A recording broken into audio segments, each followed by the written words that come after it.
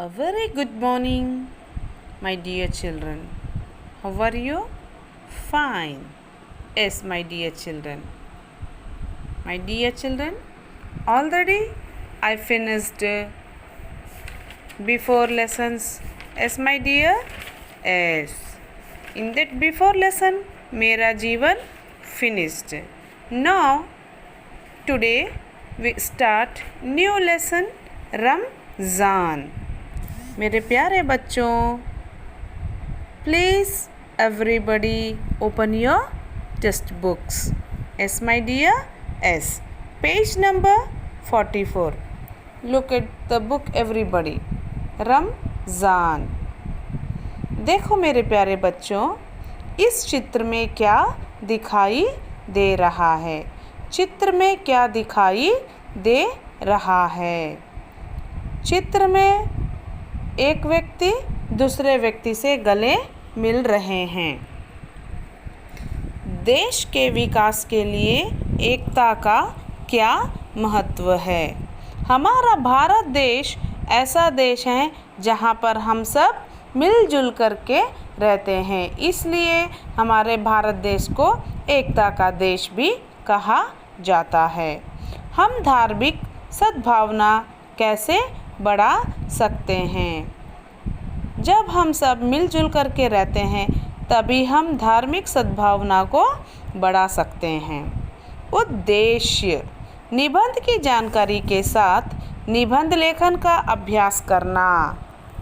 त्योहार मानवता का संदेश देते हैं. इस पाठ के द्वारा संस्कृति और सद्भावना का विकास करना.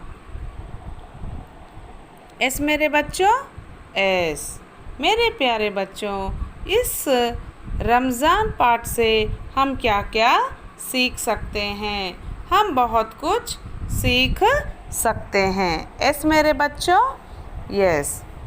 Page number 45. Page number 45. Page number 45 में देखो, वहाँ पर एक पुरुष और एक स्त्री दोनों हाथ चांद की तरफ दिखाते हुए क्या कर रहे हैं? नमाज पढ़ रहे हैं.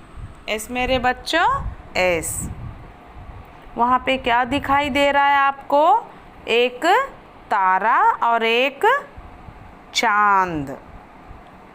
S my dear, yes. Bharat प्राचीन और विशाल देश है. भारत प्राचीन और विशाल देश है. यह बहुत पुराना देश है. यहाँ अनेक धर्मों व जातियों के लोग रहते हैं. यस, इकड़ा डिफरेंट धर्म वाले लोग रहते हैं. सभी धर्मों के लोग विविध प्रकार से उत्सव व त्यौहार बनाते हैं. डिफरेंट रिलीजन वालों एम चेस्तर माय डियर, डिफरेंट फेस्टिवल्स. जैसे अभी दशहरा आ रहा है कि नहीं? नवरात्रि का महीना चल रहा है. वैसे ही हमारे भारत देश में तरह तरह के त्यौहार मनाए जाते हैं.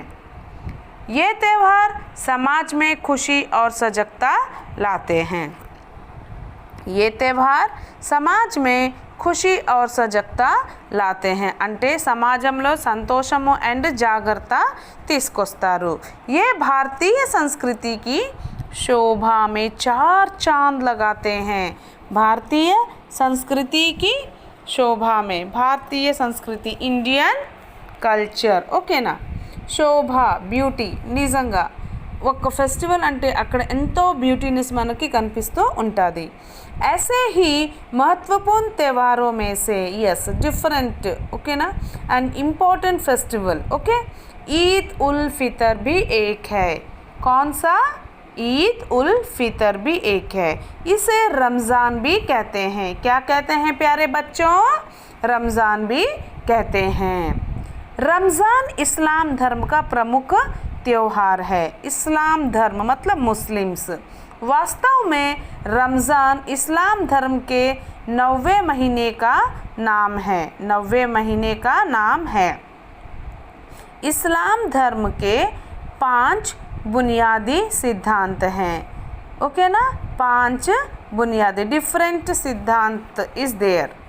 पहला तौहीद, दूसरा नमाज, तीसरा रोज़ा, चौथा ज़कात, पांचवा हज। यहाँ पर అంటే వీళ్ళు ఫెస్టివల్స్లో ఓకేనా ఒక 5 ఇంపార్టెంట్ సిద్ధాంతాలు ఉన్నాయి అని చెప్తున్నారు। फर्स्ट वन ఏంటి మై డియర్? तौहीद।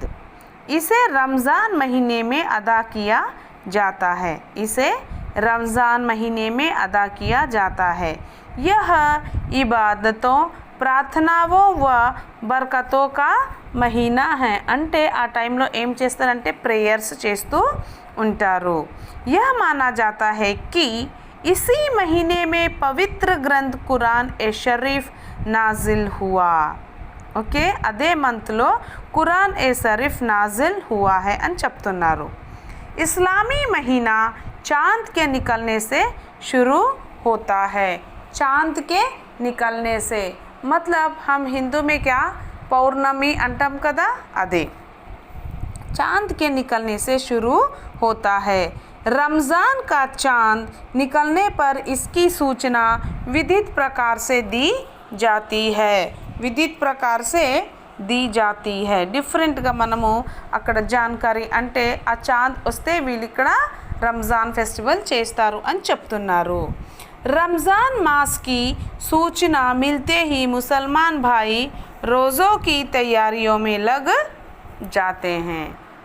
जब चांद आता है और रमज़ान के महीने भर रोज़े रखते हैं। इंग आ रोज़ నుంచి వీళ్ళు ఏం చేస్తారు డియర్? रोज़े అంటే उपवास, रोज़ा यानी उपवास है। रोज़ा रखने के लिए सूर्य उदय से लगभग 1.5 घंटा पहले आहार लिया जाता है। అంటే సూర్య ఉదయం కాకముందు 1.5 అవర్ బిఫోరే వాళ్ళు ఫుడ్ తినేస్తారు, ఆహారము తీసుకుంటారు। इसे सहरी कहते हैं। इसे क्या कहते हैं? सहरी। सहरी के बाद से उपवास आरंभ होता है। उसके बाद क्या आरंभ होता है डियर? उपवासम। उपवास में पानी तक पीना मना है। उपवास में అంటే వాటర్ కూడా తీసుకోరు। इस तरह रोज़ा रखकर दैनिक कार्य करते हुए मन को अल्लाह की इबादत में लगाना रमज़ान का मुख्य उद्देश्य है।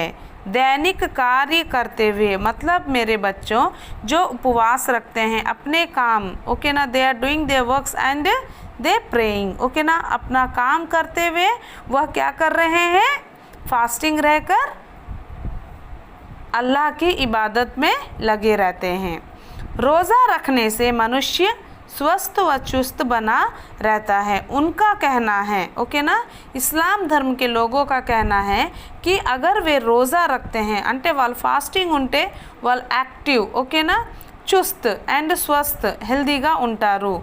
और उनमें आत्मसंयम, आत्मनियंत्रण, आत्मविश्वास, आत्मनुशासन आदि गुण विकसित होते हैं। అంటే ప్రతి ఒక్క దాన్ని కంట్రోల్లో ఉంచుకుంటారు, ఓకేనా, విశ్వాసంతో, డిసిప్లిన్లో, ప్రతి ఒక్క దాంట్లో। जिससे मानवता व सामाजिकता की भावनाएं बढ़ती हैं। అంటే ఆ ఫాస్టింగ్ ఉన్నప్పుడు వాళ్ళు చాలా చక్కగా పీస్ఫుల్గా ఉంటారు అండ్ మానవతాకి భావనాయే बढ़ती हैं। హంబుల్గా ఉండి అన్ని హెల్ప్ చేయాలని ఆలోచనలో ఉంటారు। अपने कर्तव्यों का बोध होता है, ओके ना, अपने कर्तव्य వాళ్ళు ఏం చేయాలి। गरीबों व दुख दर्दों का अनुभव किया जाता है। పేద ప్రజలకి, ఓకేనా, और उनकी सहायता की जाती है, వాళ్ళ కొరకు వాళ్ళు హెల్ప్ చేస్తారు। रोज़ा सूर्य अस्त के साथ ही खजूर, फल, मेवा, पानी आदि से खोला जाता है, ओके ना। మార్నింగ్ ఏమో సూర్య ఉదయకి ముందు తింటారు, ఎస్ ఆర్ నో? ఎస్। తర్వాత अस्त होने से पहले, ओके ना, अस्त हो जाता है అంటే సన్ సెట్ అయినప్పుడు ఫస్ట్ వాళ్ళు ఏం తీసుకుంటారు? खजूर, फल और मेवा, पानी आदि से खोला जाता है। इसे इफ्तार कहते हैं। क्या कहते हैं? इफ्तार कहते हैं। मेरे बच्चों ध्यान से, कई स्थानों पर इफ्तार की दावत भी रखी जाती है। కొన్ని ప్లేసెస్లో దావత్ ఓకేనా అంటే వాళ్ళు గెస్ట్ని పిలుచుకుంటారనమాట। जिससे भाईचारे का विकास होता है అంటే ఒకరిని కొలుచుకోవటం ఓకేనా కలుసుకోవటము అలా। रमज़ान में 5 फ़र्ज़ नमाज़ों के साथ साथ विशेष नमाज तारावीह होता है, तारावीह होती है। इसमें मुख्य रूप से कुरान ए शरीफ का संपूर्ण पठन किया जाता है। अधिकतर लोग इसी महीने में ज़कात देते हैं। वे अपनी संपत्ति, सोना, चांदी, धन, वार्षिक आय आदि पर 2.5% धन निकालकर 2.5% सोना, संपत्ति, चांदी अन्नी పేద ప్రజలకి ఇస్తూ ఉంటారు। गरीबों व ज़रूरतमंदों में बांटते हैं। इस तरह किया जाने वाला दान ही ज़कात कहलाता है। అంటే ఇలా పంచి పెంచటము ఓకేనా పెట్టటము దాన్ని ఏమంటారు డియర్? ज़कात कहलाता है।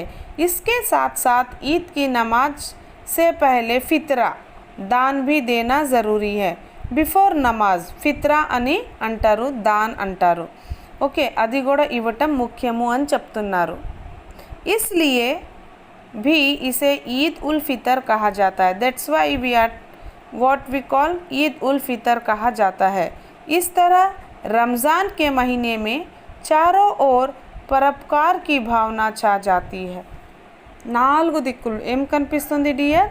परोपकार की भावना, जिससे सबको మానవ సేవా కే పథ్ పర్ బడ్నే కి ప్రేరణ మిల్తీ హై। ఎస్ అందరూ ముందుకు సాగిపోతూ ఉంటారు ఎలా? మానవ సేవ చేయాలి అని ఆశతో।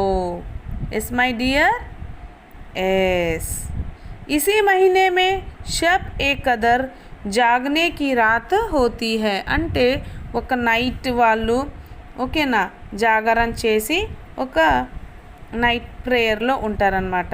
यह एक महत्वपूर्ण इबादतों की रात है, इसलिए बच्चे भी बड़ों के साथ रात भर जागते हुए इबादतों में लीन होते हैं। అంటే చిల్డ్రన్ కూడా ఏం చేస్తారు మై డియర్? ఆ ఫెస్టివల్ కోసం చాలా చక్కగా ఓకేనా నైట్ అంతా ప్రేయర్లో ఉంటారు అంటే నమాజ్ చదువుకుంటూ ఓకే। रमज़ान की विशेषताओं में एतिकाफ़ भी एक है। मस्जिद में ही रहकर अल्लाह की इबादत में लीन होना एतिकाफ़ है। అంటే మస్జిద్లోనే ఉండి వాళ్ళు చేసుకునే ఆ ప్రేయర్ని एतिकाफ़ అంటారు। इस महीने में विशेष रूप से दुआएं मांगी जाती हैं। అంటే మనం బ్లెస్సింగ్స్ అడుగుతాం గాడ్ని ఓకే డియర్, जिनमें విశ్వ కళ్యాణ్ की भावना होती है। అంటే ఈ వరల్డ్ మొత్తంలో ఏముండాలి అని విశ్వ కళ్యాణ్ की भावना होती है। रमज़ान के रोज़े पूरे होते ही अगले दिन ईद उल फितर मानते हैं। यह शव्वाल के महीने का पहला दिन होता है। ईद के दिन सब नए कपड़े पहनते हैं। एस అవునా కాదా? ఏ ఫెస్టివల్ అయినా మనము ఏం చేస్తాం? న్యూ కొత్త బట్టలు వేసుకుంటారు। इतर लगाते हैं అంటే सेंट। विशेष रूप से शीरखुरमा सेवैयाँ बनाते हैं। एस అవునా मेरे बच्चों सेवैयाँ बनाते हो कि नहीं? हाँ, ईद की नमाज ईदगाह में पढ़ते हैं। और बच्चे कहाँ पर पढ़ा जाता है? ईदगाह में। नमाज में छोटे बड़े अमीर गरीब ఓకేనా చిన్నవాళ్ళు పెద్దవాళ్ళు ओके पूर रिच सब एक साथ मिलकर पंक्तियों में खड़े होते हैं అంటే ఒక లైన్లో చక్కగా నిల్చుంటారు। यह दृश्य देखने लायक होता है। यस మనం చూసాం కదా మై డియర్ అవునా? ఎస్ नमाज होने के बाद गले मिलते हुए ईद मुबारक कहते हैं। यस ఆ నమాజ్ కంప్లీట్ అయ్యాక ఏమంటారు? ईद मुबारक हो। इसी खुशी में विविध धर्मों के लोग भी भाग लेते हैं। అట్లా డిఫరెన్స్ వాళ్ళు క్యాస్ట్ వాళ్ళైనా అక్కడికి వెళ్ళాలనుకుంటే వెళ్ళి కలుస్తారనమాట ఫ్రెండ్స్ని। और ईद की शुभकामनाएं देते हैं एंड మనం ఏం చేస్తాం బ్లెస్సింగ్స్ ఇస్తాము। इस तरह धार्मिक सद्भावनाओं से वहाँ के वातावरण की शोभा और भी बढ़ जाती है। అంటే మనము ఇట్లా చెప్పినప్పుడు అక్కడ సరౌండింగ్స్ కూడా హ్యాపీగా ఫీల్ అవుతారనమాట। रमज़ान पर्व का सामाजिक दृष्टि से भी महत्व है। यस, सामाजिक दृष्टि से भी महत्व है, ఇది చాలా ఇంపార్టెంట్। व्यापार में भी वृद्धि होती है, అంటే బిజినెస్ చేసే వాళ్ళకు కూడా ఏముంటుంది, అభివృద్ధి జరుగుతూ ఉంటుంది। कई व्यवसाय वालों को जीविका मिलती है, వాళ్ళకి ఏం దొరుకుతుంది మై డియర్, ఒక లైఫ్ అనేది దొరుకుతుంది। यह त्यौहार शांति, ఓకేనా, అహింస, त्याग, परोपकार, न्याय, धर्म आदि गुणों का विकास कराता है।